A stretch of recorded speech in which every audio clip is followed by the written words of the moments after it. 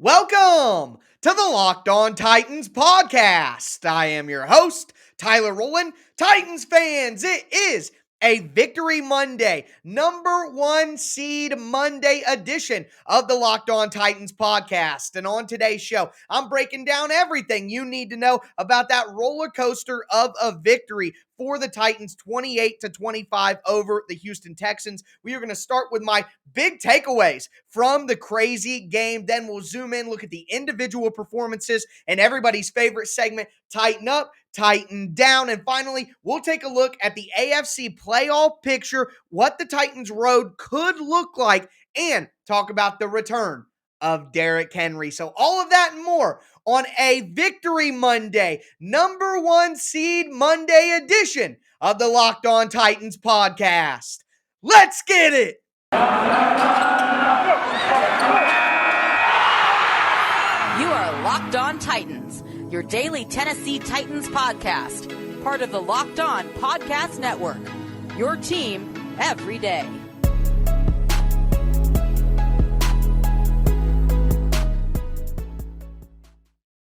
Let's go, Titans fans. It is a Victory Monday, number one seed Monday edition of the Locked On Titans podcast. And I do want to let you know that it is brought to you by OnlineGambling.com, the place to be for all the latest gambling news and tips throughout the NFL playoffs. Visit OnlineGambling.com/NFL to get the edge over the competition you need throughout this year's playoffs. Also, want to thank you guys for making the Locked On Titans podcast your first listen every day. If this is your first ever listen to the Locked On Titans podcast, make sure you subscribe on whatever platform you do stream. Check out the Locked On Titans YouTube channel. Make sure you subscribe over there. Smash that notification bell so you know when all of my content goes live. Also, if you're watching on YouTube right now, smash that like button. I am going to be putting out Monday through Friday daily Tennessee Titans content, not only during the regular season, not only during the playoffs,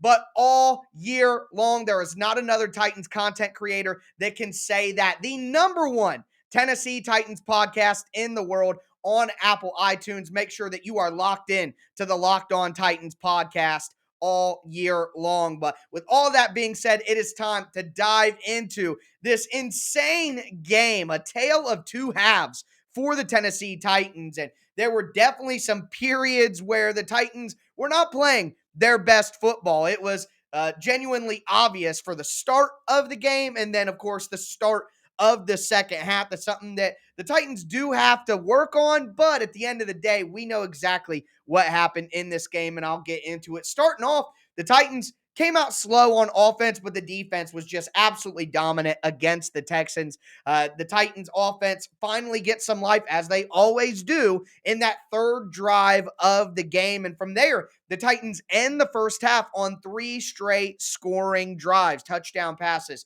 to Anthony Ferguson, to A.J. Brown, to Nick Westbrook Akina. The passing offense really got going. Ryan Tannehill had about 190-plus yards, 3 touchdown passes just in the first half. The Titans were really rolling. They had, 0 points allowed on defense. I mean, everything was going the Titans' way. But then, of course, in the second half, things got dicey. The Titans came out, weren't playing very good on offense, very conservative play calling, run, pass, all of that. The Texans, meanwhile, got hot. They went to their play action game in a heavy way, and the Titans' second level was really getting sucked up, leaving some big holes over the middle of the field. And when they weren't doing that, the Texans were spreading out in shotgun 5 wide and just saying, hey, whoever you got covering Danny Amendola, they're not going to be able to cover him. Elijah Molden just had a terrible time in the second half trying to stick with Amendola. Then after Elijah Molden was hurt, Chris Jackson comes in, gives up a touchdown. So just perplexing how the Titans weren't able to deal with Danny Amendola in that second half. But as Kevin Byard said in the postgame press conference, the Titans really did come out sleepwalking in the second half. They did not come out of halftime ready to go, and we've all watched sports long enough to know exactly what happened here. The Titans got a 21-0 lead. They're like, hey, we're the number one seed. This is it. We did it, blah, blah, blah. And then the Texans, who a team that, although they don't have a good record, they finished 4-12 or 4-13, still a team that's been playing really hard and playing well for their coach over recent weeks. So the Texans didn't go away. Davis Mills really got going, and it put the Titans in a tough spot. And let's be honest here. We saw a couple of huge plays in the second half that saved this game for the Titans. Otherwise, the Avalanche might have been too much for them to hold up against. Number one, Jeffrey Simmons gets the big sack on first down in the red zone, and that put the Texans in 2nd and 19. Davis Mills ended up scrambling on third down and getting about a 4th and 9. They were forced to kick a field goal. Without that sack, the Texans probably score the field goal there, and it's 28-28 when the Titans get the ball at the end of the game instead of 28-25. So a big-time play from Jeffrey Simmons in the second half to get that sack. Also, we got to talk about Ryan Tannehill's Houdini act. Just absolutely incredible. On the first drive of the fourth quarter, the Titans look like they're getting ready to have their 4th consecutive 3 and out. Everything falling apart. Tannehill gets out of a sack in the backfield, runs around, fires a 36-yard pass to Nick Westbrook-Ikhine. What an absolutely critical moment in the game. A few plays after that, Tannehill hits Ferkser for a 20-yard completion over the middle of the field. The Texans were playing a ton of cover 3 defense in this game, and the Titans hit quite a few seam routes up the middle, and Ferkser was one who took advantage there. Ferkser, a really good game there, but we'll talk about the individual performances, both good and bad, and tighten up and tighten down. But just an incredible play by Ryan Tannehill, one of the best plays of the entire season, and a number 1 seed saving play. In my opinion, if Tannehill doesn't do that, I think the Titans end up losing this game. So just incredible stuff from Ryan Tannehill. And then finally, on the last drive of the game, 3rd and 2, the Titans give the ball to Dontrell Hilliard. He takes on contact. He reaches out and is able to extend the ball over the first down to gain line. First down, Tennessee Titans. After that, they just run the clock down. Hilliard then gets another run where he's able to pick up a first down and stay in bounds to completely clinch it. I mean, just what an excellent play by Hilliard to reach the ball across and get that first down for the Titans. So Simmons sack, Tannehill's Houdiniac, and then Dontrell Hilliard reaching that ball across. 3 plays that saved the Titans in this game. But regardless of how it looked and how it felt, it is a victory for the Tennessee Titans, who go to 12-5. As I mentioned, my season prediction for the Titans was 12-5, and here we are. So a great job by the Titans wrapping up the number 1 seed. It wasn't pretty, but it was beautiful, and we take those dubs. So a big win for the Titans, 28-25 over the Houston Texans. They're the number 1 seed in the AFC. They will get the bye week, and Derrick Henry's return is right around the corner. Now we're going to talk more about kind of the road ahead for the Titans, what the playoffs are looking like, the optimism for them going forward at the end of the show. Before we get into that, got to do everyone's favorite segment, Tighten Up, Tighten Down, where we talk about the good and bad individual performances. Before we get into that, though, got to tell you guys about Built Bar. Built Bar is the best tasting protein bar in the galaxy. Built Bars aren't just tasty, they're healthy as well. It's kind of the best of both worlds. And if you're like me and like the rest of the known world, your New Year's resolutions include getting fit and eating better, and you're going to be able to do both of those with Built Bars. Built Bars are covered in 100% chocolate. They have great flavors. 3 of my favorites are the salted caramel, the cookies and cream, the peanut butter brownie. So you get all that taste that you want. It's basically like eating a candy bar. But remember, they are healthy as well. Low calorie, low sugar, high protein, high fiber.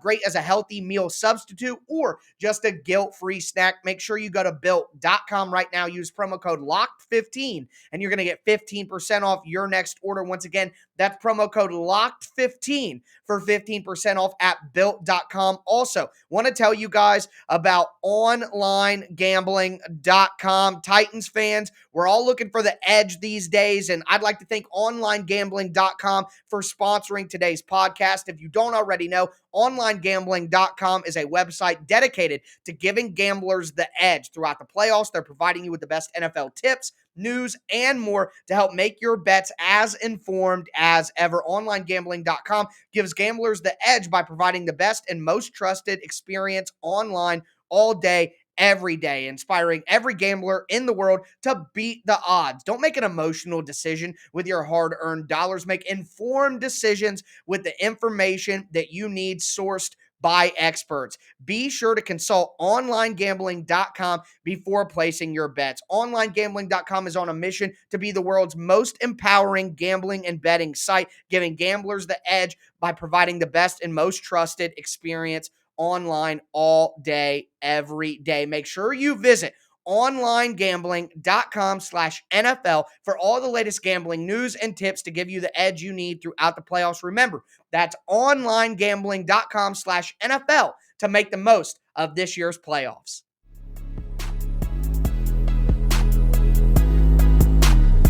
Titans fans, let's continue this Victory Monday, number one seed Monday edition of the Locked On Titans podcast with a little tighten up, tighten down, going over all the individual performances from the Titans, both good and bad. Before we do, want to thank you guys again for making the Locked On Titans podcast your first listen every day. Make sure you subscribe on whatever platform you do stream. Remember, you can find the Locked On Titans podcast everywhere and always free. Diving into tighten up, tighten down. We're going to start with the tighten ups, and no one deserves a tighten up more than Ryan Tannehill. We saw what Tannehill could do with competent receivers around him. A little bit of time. He was 23 for 32, 287 yards, 4 touchdowns, no interceptions, a complete reverse from the last game against the Texans where he had 4 interceptions. And, I mean, once again, that play by Tannehill to get out of that sack, throw the ball to Nick Westbrook-Akina, extend that drive, hit Ferkser on the seam a few plays later. I mean, it just does not get bigger than that. And, of course, hitting Julio Jones in the back of the end zone, just miraculous stuff. Put the Titans ahead when they needed it most in one of the scariest times I can remember all year long for the Titans. Dontrell Hilliard, 9 carries, 57 yards, had some catches as well. I mean, Dontrell Hilliard in the second half, the Titans realized, okay, Foreman is a bruiser, but the Texans are wrapping that up. We need some more speed. We need to get on the perimeter. The Titans went with Hilliard. He had the big run to get the first down on 3rd and 2. Then he gets the run to really cap things off and get the first down and get down. Just a great job by Dontrell Hilliard in this game, who got a big vote of confidence from the Titans when they waived Jeremy McNichols before this game. They said, hey, McNichols hasn't been very good in pass protection lately, and he's not a good runner. Hilliard is a better runner, and he's been just as good in pass protection, and he can kickoff return. We're keeping Hilliard. So a great performance by Hilliard. Well, not great, but he did a great job when the moment called for it. Then we got to talk about the receiving crew here. Nick Westbrook-Akina, 4 catches, 78 yards, 1 touchdown. Again, that huge catch by Tannehill. Nick Westbrook-Akina makes the play. A.J. Brown, 4 catches, 68 yards, a touchdown. Good game, but really, Julio! We saw one of the best Julio Jones games that we have seen all year. Probably his best game besides that performance against Seattle all the way back in week 2. Week 18, he finally gets his first touchdown catch as a Titan. 5 catches, 58 yards. And here's what's most important. He can do it. He can make an impact for the Titans. Yeah, he probably believed that. Yeah, Tannehill probably believed that. But we had to see it. And in this game, when you have some good pass blocking, you have A.J. Brown out there. Tannehill's feeling it. Julio Jones showed his value to the Titans. And that touchdown put the Titans ahead and won them that game. So, yes, the trade wasn't great all year long. Yes, the Titans gave up the second-round pick, have to pay the money, all of that. But if Julio Jones can make big plays in moments that matter, he did it in week 18, he does it in the playoffs and gets the Titans to a Super Bowl, then the trade was completely worth it. And there's at least one Nashville media member who's absolutely punching air right now because Julio Jones is doing what he was supposed to do for the Titans. Anthony Ferkser showed back up, and big shock here. Ferkser has real NFL receivers around him, has time for Ryan Tannehill, and Ferkser's getting open and making plays. Shocker. The return of big game Ferkser and sure-handed Ferkser would just be massive for the Titans. So the Titans passing game, probably the biggest tighten up of the entire game, getting that rhythm going. I thought Nate Davis had a pretty good game as well. Jeffrey Simmons, Not a big box score game, but 2 tackles, a tackle for loss, had the sack, and the sack was just one of the most critical moments the Titans needed one of the entire season. Danico Autry had 3 tackles, had a pressure, knocked a pass away at the line of scrimmage in the first half. Bud Dupree, I thought, made a big impact, was putting pressure out there with his 3 tackles and pressure in the backfield. Kyle Pecco impressed in training camp. I thought he would for sure make the roster. He ended up getting hurt, went on IR, had an injury settlement, rejoined the team. He's had 2 sacks, 1 in each of the games in the last 2 weeks. Thought he really stepped up with Tyler Tart and Naquan Jones out of this game. Zach Cunningham, 9 total tackles, 2 tackles for loss. Had a big hit on special teams on the punt coverage team as well. Amani Hooker, I thought, played very well in this game in the back end with his coverage. Had 2 tackles, had a tackle for loss where he blitzed in on a run play. Thought Hooker had a very good game. Brett Kern as well. Another good game for Brett Kern. He had 4 punts, averaged about 50 yards on his punts, put 1 inside the 20, so a good game there. As for the Titan Downs, Jeff Swaim, awful in this game. 1 catch for 2 yards, but it was his blocking that stood out to me. He did a terrible job in this game on the edge, setting it for the Titans run game. I thought Ben Jones had a really tough game. He was really struggling to reach some of those defensive tackles and interior linemen that he would normally get to. He was banged up throughout the game as well, so maybe that had something to do with it. Elijah Molden, probably the biggest Titan down of the entire game. He was just getting roasted and targeted over and over again by Danny Amendola, and there was a reason that Elijah Molden would come off the field on 3rd downs for the Titans for the majority of the season and be replaced by a Buster Screen or be replaced by a Chris Jackson. Chris Jackson didn't do any better in this game. He's also a Titan down, gave up the touchdown pass to Danny Amendola, but Molden and Chris Jackson in the slot just did not have great days, and the Titans are going to have to shore that up. We're going to need more Buster Screen. The Titans actually went with Molden as the dime extra defensive back instead of Dane Cruikshank in this game. Maybe it had to do with Cruikshank being a little banged up throughout the week, but hopefully they flipped that back. The Texans were going with Brevin Jordan out there. He's more like a wide receiver, so maybe that's why the Titans didn't want Cruikshank on Brevin Jordan and wanted to go with Molden out there and then screen on Jordan, but I'm not 100% sure that was the right decision, obviously, by taking a look at the results. So Titans got to shore up that slot cornerback spot immediately. Randy Bullock, he made all 4 of his extra points, but missing that field goal, just not the momentum you want. His last field goal attempt before going into the playoffs was a miss. You just never like to see that. And then Jayon Brown was a healthy scratch in this game. I don't know if maybe his conditioning is a problem coming off of COVID. He did have COVID, and maybe there's still some effects there, and they just weren't comfortable with him going out there and playing. But either way, I thought that was very surprising. I mean, David Long is pretty solid on 3rd downs and pass coverage as a linebacker, but not having Jayon at all for those situations, pretty wild stuff. So not good for Jayon Brown. That's a Titan down, even if he didn't play in the game. But that's going to do it for Titan Up, Titan Down. We are going to get into kind of a wrap-up of the AFC, where the Titans sit, the path forward. Before we get into that, do want to tell you Titans fans about an incredible app that everyone who buys gas has to know about. It's called Get Upside. My listeners are making up to 25 cents for every gallon of gas every time they fill up. All you have to do is download the free Get Upside app in the App Store or on Google Play right now. Use the promo code TOUCHDOWN, and you'll get a bonus 25 cents per gallon on your first fill up. That's up to 50 cents cash back. Don't pay full price at the pump anymore. Get cash back using Get Upside. Just download the app for free. Use that promo code TOUCHDOWN, and you'll get up to 50 cents a gallon cash back on your first tank. Some people who drive a lot make up to $300 in cash back every month. And here's the best thing: there's no catch. The cash back goes directly to your Get Upside account, and you can cash out anytime directly to your bank account, your PayPal, or to an e-gift card like for Amazon. Just download the free Get Upside app, use that promo code TOUCHDOWN, and get up to 50 cents a gallon cash back on your first tank. That's promo code TOUCHDOWN on the free Get Upside app.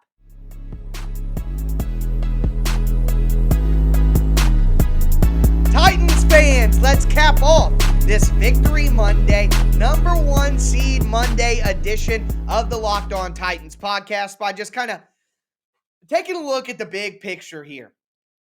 Just all of it in totality. And we're also going to have some fun as well. Before we get into it, I want to thank you guys again for making the Locked On Titans podcast your first listen every day. As for your second listen, I told you where to get some gambling advice at onlinegambling.com. You take that advice and you go to the Locked On Bets podcast.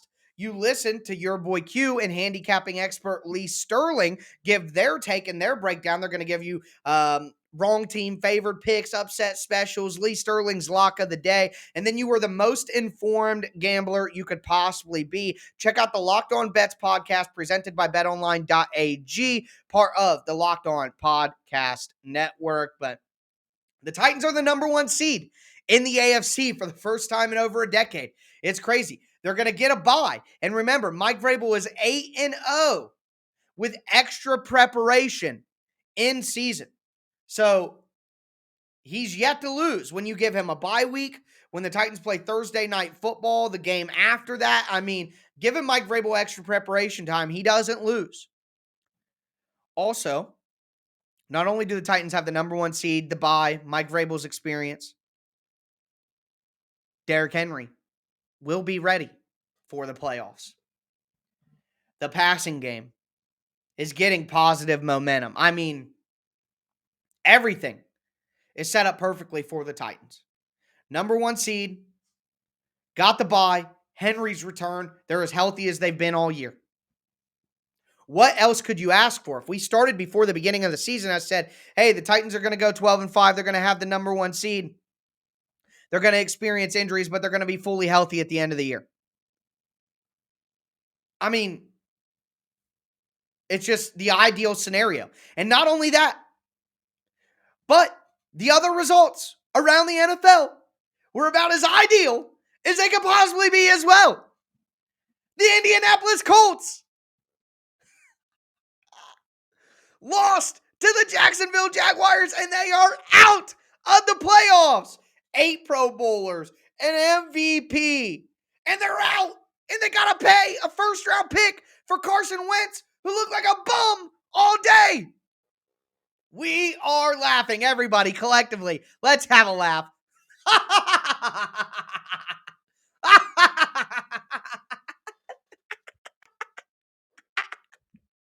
Andy, you bums. You bums. Man, Indy sure could use another receiver. They should use their first-round pick.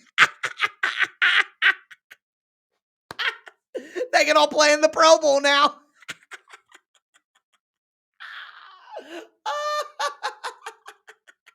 The Jags fans were in clown suits. And they lost. Oh, man. Whew. Whew. Whew. Whew. Rest in piss. Indianapolis Colts. Okay, I got to collect myself. Woo, pull it together. But let me say this on a serious note. This is great because I know we could clown on the Colts because the Jags are the clowns. Ooh, oh man, it's rich. It's so rich. Anyways, the Titans probably wouldn't want to play the Colts again just because we saw what happens in these division games. They know each other so well. So the Titans probably wouldn't want to play the Colts again anyways. So this is just great. Now the Pittsburgh Steelers are probably in the playoffs unless the Raiders and the Chargers tie, which I know you're watching this on Monday, but I'm recording on Sunday night, so I don't know what happened in Sunday night football. I'm thinking that the Chargers are going to win, but here's the crazy part. If both those teams just kneel every single play, they would both end up in the playoffs on a tie. So I know I'm past Tyler in the future right now, so that game's already decided when you're watching this and hearing this. But either way, what's most likely to happen here is the Titans are the number one seed. Then you're going to have the Chiefs at the number 2 seed, the Bills at the number 3, the Bengals at the number 4, the Patriots at the number 5, the Raiders or the Chargers, whoever wins at number 6. I'm going to say it's probably Chargers, and then Pittsburgh at number 7, which means the Titans are going to play in that first playoff game either Cincy, New England, the Raiders or the Chargers, or the Steelers. I mean, that's a perfect draw for the Titans. The Bengals, a little bit worrisome. They could throw the ball all over the field. That is a little bit worrisome, but their O-line's bad. I'm not entirely scared of their defense either and them to stop the run consistently. So the worst matchup out of all those would be the Bengals, and I still feel pretty good about the Titans in that game. If the Titans got to play the Patriots or the Raiders, the Chargers do scare me a little bit because Justin Herbert's a freak, but the Steelers? Oh my God, that would be absolutely ridiculous. That would be incredible. I would love a rematch with New England. I would just love that. That would be a joy. It really would. Watching Buffalo against the Chargers would be awesome as well, so I can't wait for that game. But either way, the Titans don't have to play next weekend. So we'll worry about all those games when we see it. But the path to the Super Bowl for the Titans it just looks ideal. It looks like it's possible. They got to clean some stuff up. They got to play their best ball, but we're here, folks. We're here. 12-5, number 1 seed, AFC's top spot, a potential good road to the Super Bowl in terms of the draw that the Titans got. I mean, team getting healthy, Henry coming back, everything just set up perfectly for the Titans. So I'm very excited to break down this game throughout the week, talk about things coming up going forward. The Titans will have a bye. They are the number 1 seed in the AFC, and I am going to be back with you guys on Tuesday. Make sure you follow me on Twitter at Tic Tac Titans for my Tic Tac Tuesday film breakdown thread, going over all the game film, the X's and O's, all that. You won't want to miss it. But that's going to do it for me today, folks. As always, I am your host, Tyler Rowland, and this was Locked On Titans.